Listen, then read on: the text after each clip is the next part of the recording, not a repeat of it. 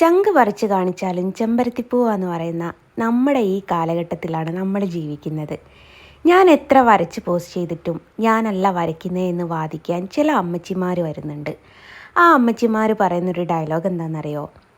അവരുടെ മുമ്പിൽ അവർ മേടിച്ച മെറ്റീരിയൽ കൊണ്ട് വരച്ചാൽ മാത്രമേ അവർ വിശ്വസിക്കുള്ളൂ എന്ന്. എന്നാൽ അമ്മച്ചി ഒന്ന് കേൾക്കാൻ വേണ്ടിയിട്ട് പറയാണ്, നിങ്ങൾ വിശ്വസിക്കണ്ട, ഞാനല്ല വരയ്ക്കുന്നതെന്ന് കൂട്ടിയാൽ മതി. ഇത് ചിലപ്പം എൻ്റെ ആത്മാവായേക്കാം, പറയാൻ പറ്റിയില്ലേ.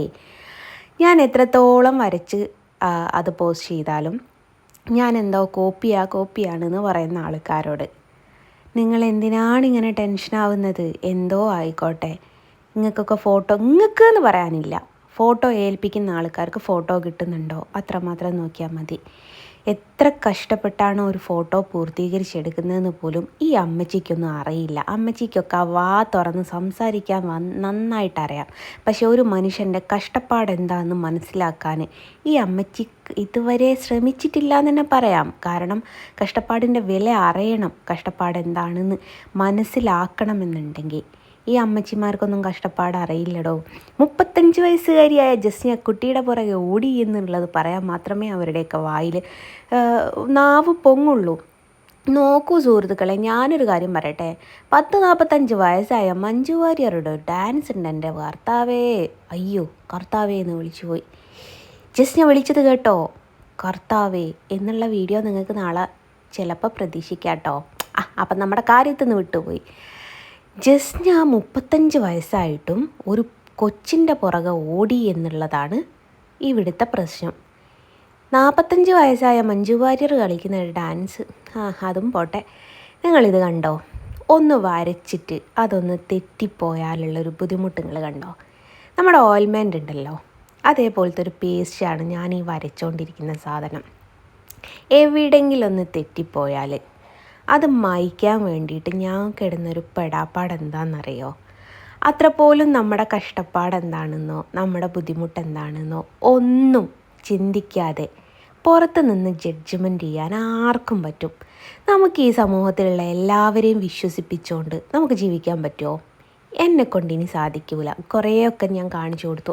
ഞാൻ ഈ ഒരു ഫോട്ടോ വരയ്ക്കുന്നതിൻ്റെ ഫസ്റ്റ് തൊട്ട് ലാസ്റ്റ് വീഡിയോ വരെ ഞാൻ ഇതിൽ അപ്ലോഡ് ചെയ്തു യൂട്യൂബിൻ്റെ അകത്ത്. എന്നിട്ട് ഇടയ്ക്കിടയ്ക്ക് ഞാൻ വരയ്ക്കുന്ന ഷീറ്റ് ഇളക്കി കാണിച്ചു കൊടുത്തു. മുകളിലോട്ടും താഴോട്ടൊക്കെ ആക്കിയിട്ടാണ് പിന്നീട് ഞാൻ വരച്ചത്. കാര്യം എന്താ വെച്ചാൽ അടിയിൽ സ്കെച്ചൊന്നും ഇല്ല എന്നുള്ളത് അവർ ചിന്തിച്ചോട്ടെ എന്ന് പറയാൻ വരെ ഞാൻ ചെയ്തിട്ടുണ്ട്. പിന്നീട് ഞാൻ ചിന്തിച്ചു, തെറ്റ് ചെയ്തിട്ടില്ലേ, നമ്മൾ എന്തിനാണ് ഇങ്ങനെ തെറ്റ് ചെയ്തില്ല എന്ന് വിളിച്ച് പറയുന്നത്? അവന്മാർക്ക് വേണേ വിശ്വസിച്ചോട്ടെ എന്ന് ചിന്തിച്ച് നോക്കൂ. നമ്മളെ വിശ്വസിക്കാൻ ആരെങ്കിലും വരും. ഞാൻ ഈ വരച്ചുകൊണ്ടിരിക്കുന്ന ഫോട്ടോ ഉണ്ടല്ലോ, എനിക്ക് ഭയങ്കര, നിങ്ങൾക്കൊക്കെ ഒരു എന്താ പറയുക, പുതിയൊരു മുഖമായിട്ട് തോന്നും. പക്ഷേ എനിക്ക് ഭയങ്കര ഒരു പഴയകാല ഓർമ്മ തരുന്നൊരു ഫോട്ടോ ആണിത്. എന്താ വെച്ചാൽ ഞാൻ ആദ്യമായിട്ട് വര തുടങ്ങിയത് ലഡു എടുത്ത് കഴിക്കുന്ന കണ്ണനെയാണെന്ന് പല ഇൻ്റർവ്യൂകളിലും പറഞ്ഞിട്ട് നിങ്ങൾ കേട്ടിട്ടുണ്ടാവും. ഈ ഒരു മോഡൽ ഫോട്ടോ ആട്ടോ ഞാൻ ആദ്യമായിട്ട് വരച്ച് തുടങ്ങിയത്. എനിക്ക് ഭയങ്കര എന്താ പറയുക, ജീവിതത്തിൽ മറക്കാൻ പറ്റാത്ത ഒരു ഫോട്ടോ എന്ന് തന്നെ പറയാം. ഈ ഒരു ലഡു എടുത്ത് കഴിക്കുന്ന കണ്ണനെയാണ് ഫസ്റ്റിൽ ഞാൻ വരച്ച് തുടങ്ങിയത്. പിന്നീടാണ് ഞാൻ വെണ്ണക്കണ്ണനിലേക്ക് മാറിയത്.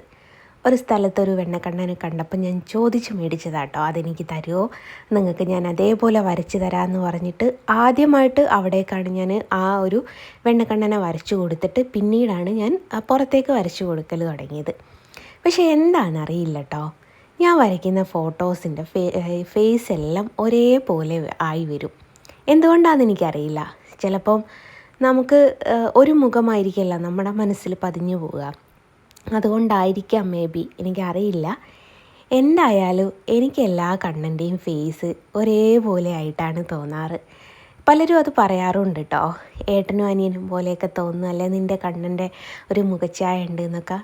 പക്ഷേ എൻ്റെ ഈ പറഞ്ഞതോണം നമ്മുടെ വെണ്ണക്കണ്ണനുണ്ടല്ലോ, ആ ഒരു വെണ്ണക്കണ്ണനാണ് എനിക്കൊരു പേരും പ്രശസ്തിയും കൊണ്ടെത്തന്നതും എന്നെ ലോകം ഒന്നായിട്ട് അറിയപ്പെടുന്നൊരു വ്യക്തിയാക്കിയതും എന്നെ കണ്ടാൽ മനസ്സിലാവാത്ത ആൾക്കാർക്ക് എൻ്റെ കണ്ണനെ കണ്ടാൽ മനസ്സിലാവുന്ന രീതിയിലേക്ക് ആയി മാറിയത് ആ ഒരു ഫോട്ടോ ആണ്. ഈ ഒരു ഫോട്ടോ ഒക്കെ ഞാൻ വരച്ചു എന്നല്ലാതെ മറ്റൊരാളെടുത്ത് പറഞ്ഞു കൊടുക്കേണ്ടി വരും ഇത് ആ ഒരു ചിത്രകാരി വരച്ചതാണ് എന്നുള്ളത്. നേരെ മറിച്ച് എൻ്റെ വെണ്ണക്കണ്ണനാണെങ്കിലോ ഇത് ജസ്റ്റ് ഞാൻ വരച്ചതല്ലേ എന്ന് ഇങ്ങോട്ട് ചോദിക്കും. പലരും പലരുടെ അനുഭവം എന്നോട് പറഞ്ഞിട്ടുണ്ട്. നിങ്ങളുടെ ഫോട്ടോ കണ്ടിട്ട് ഇന്ന വ്യക്തി വരച്ചതല്ലേ എന്ന് ചോദിച്ചിട്ടുണ്ട്. അത് കേൾക്കുമ്പോൾ ഉണ്ടാകുന്ന നമുക്കുണ്ടാകുന്നൊരു സന്തോഷം ഉണ്ടല്ലോ, നമുക്ക് എവിടെയെങ്കിലും ഒരു അംഗീകാരം കിട്ടുമ്പോൾ അത് ഭയങ്കരമായിട്ട്, കാരണം എന്നെ കണ്ടാൽ പലരും തിരിച്ചറിയാറില്ല കേട്ടോ, പക്ഷേ എൻ്റെ ഫോട്ടോ കണ്ടാൽ മിക്ക ആൾക്കാരും തിരിച്ചറിയും. അതിലാണ് എനിക്ക് അഭിമാനം തോന്നുന്നത്. കാരണം എൻ്റെ ഫോട്ടോ അത്രയും ഫേമസ് ആക്കിയത് കണ്ണൻ തന്നെയാണ് കേട്ടോ. കണ്ണൻ തന്നെ ഫേമസ് ആക്കി എന്ന് തന്നെ. അങ്ങനെ ഫോട്ടോ പൂർത്തീകരിച്ചു. ഞാൻ പറഞ്ഞത് സത്യമല്ലേ? ഒരേപോലെ തോന്നുന്നില്ലേ നിങ്ങൾക്ക്?